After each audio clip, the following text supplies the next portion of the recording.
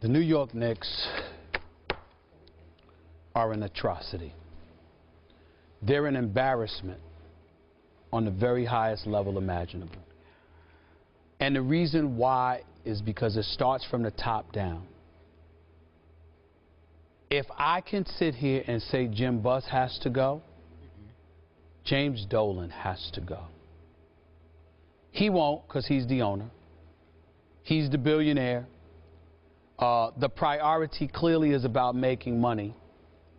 It's not about winning. And even though I'm not going to go as far as to insult or disrespect him by saying he wants to lose, I would never accuse him of that. He's almost addicted to losing. He can't get out of its way. You win 54 games last year. And one of the first things you did was get rid of your GM for no reason whatsoever. And I'm not here to sing Glenn Grunwald's praises or whatever the case may be, but you don't let go of somebody that just helped you win 54 games and just say, because you wanted to, essentially. This is what he does. He doesn't worry about the media but so much because he owns New York Newsday and he owns MSG, and he's going to make sure that he has voices out there. He is more concerned, and I know that they don't want people thinking this, but they have to accept accountability and responsibility for what they give off. They appear more committed to invoking his stringent media policy than they do to winning. As a result, because of that, combined with letting go of the GM, combined with not renewing the contracts of the assistant coaches, clearly Mike Woodson was a lame duck. And as we reflect on this season, Skip, I have come to the conclusion that you were absolutely right. They should have fired Mike Woodson simply to do him a favor. Does he deserve to be fired? Did he deserve to be fired? Of course not. But you set him up to fail. And now, because you haven't fired Mike Woodson, now all of this is on him. Because his name, the cachet, the value is dissipating before our very eyes. We're not only looking at players that quit on the coach. We're looking at players that have quit on one another. They've got their vacation to the Bahamas, to the Barbados, to Aruba, to the Cayman Islands, to Cancun. It's all plotted and planned out already. They are 21-39. They have given up an average of 111 points over the last 6 games, which is 6th most in the NBA over that span. 6 straight games they've given up plus 100 points. They gave up a triple-double to Joakim Noah, who is a center. That is the first time a center has had a triple-double since 1979. I mean, this is just some horrible stuff. Horrible. The New York Knicks, it's one of those situations. You can't do this to Dolan because he's a billionaire. He can helicopter, he can heliport, he can fly, he can do whatever. But it's almost to the point where you look at some of these players, they shouldn't be allowed to walk the streets of New York City. And Carmelo Anthony, it needs to be said right here, right now, would be an absolute fool to stay here for the New York Knicks. His credibility, this is a Knicks fan saying this to you, Skip, who you know does not want to lose Carmelo Anthony, who you know wants Carmelo Anthony to stay and retire New York Knicks. He's a score machine, he's big time.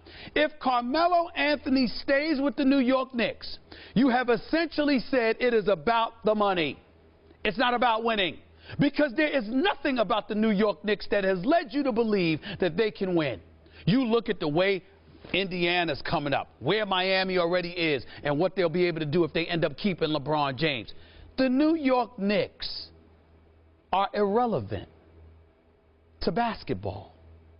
It is that bad. The commissioner, Adam Silver, looked like he was ready to cry. You know how I felt, okay? Anthony Mason and a bunch of New York Knicks that I talked to, they are horrified at what they're seeing. And oh, by the way, you ain't getting Tom Thibodeau from the Chicago Bulls. I don't believe the Chicago Bulls are letting Tom Thibodeau out of his contract. If you want somebody to get out of their contract, why don't you call Golden State about getting Mark Jackson? Because clearly you're getting rid of Mike Woodson. You set him up to fail. You threw him to the Wolves. You sabotaged the coaching career of Mike Woodson. You really did. It's really sad. It really is, Skip. With all due respect, I must admit, I am sick and tired of hearing you talk about the New York Knicks and me having to talk about the New York Knicks. I don't blame you. Because I'm with you. I'm done with them. they have clearly quit on Mike Woodson. And that's not all his fault, as you just elaborated on. But they've quit on themselves. They've quit on this season. They have just flat quit in ways that are as shameful as I've ever seen a pretty good team that won 54 games a year ago quit. They don't have Jason Kidd. Is that the big difference? Really? Come on now. Come on, really? Come on now. Okay. Yeah.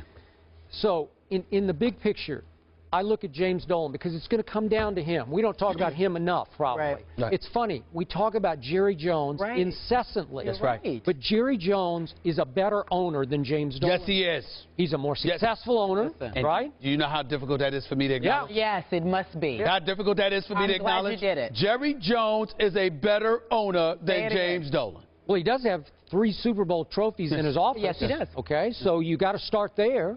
Now, he's had a long period of ineptitude as the owner of the Dallas Cowboys, but so is James Dolan. How long has it been? Do I have to ask again?